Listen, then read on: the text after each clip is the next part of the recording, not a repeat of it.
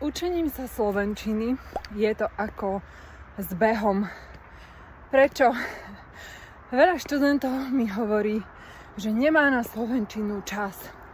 Ale počkajte, myslíte si, že ja mám čas na beh?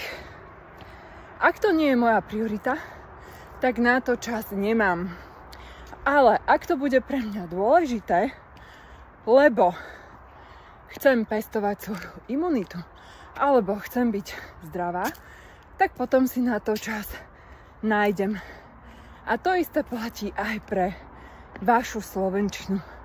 Ak chcete hovoriť lepšie po slovensky, jednoducho si na to musíte nájsť čas. A bude to vaša priorita a budete sa môcť tomu venovať naplno.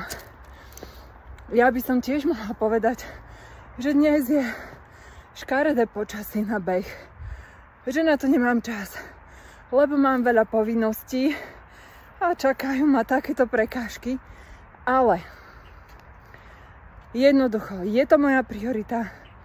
Idem ráno autobusom s deťmi do školy, už takto oblečená v bežeckom, a potom zo školy bežím domov cez mesto a cez park. Sú to 4 kilometre. Áno, nie je to maratón, ale urobím preto aspoň niečo. A je to moja priorita. A ak je niečo moja priorita, tak nehľadám výhovorky, prečo sa to nedá, ale hľadám cestu, ako sa to dá. Pretože učenie slovenčiny je cesta. Nepozerajte sa na cieľ, ktorý niekedy dosiahnete, ale užívajte si tú cestu.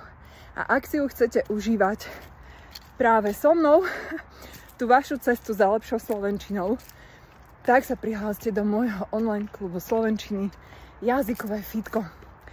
Špeciálna ponuka platí iba do konca septembra. Napíšte klub a pošlem vám viac informácií.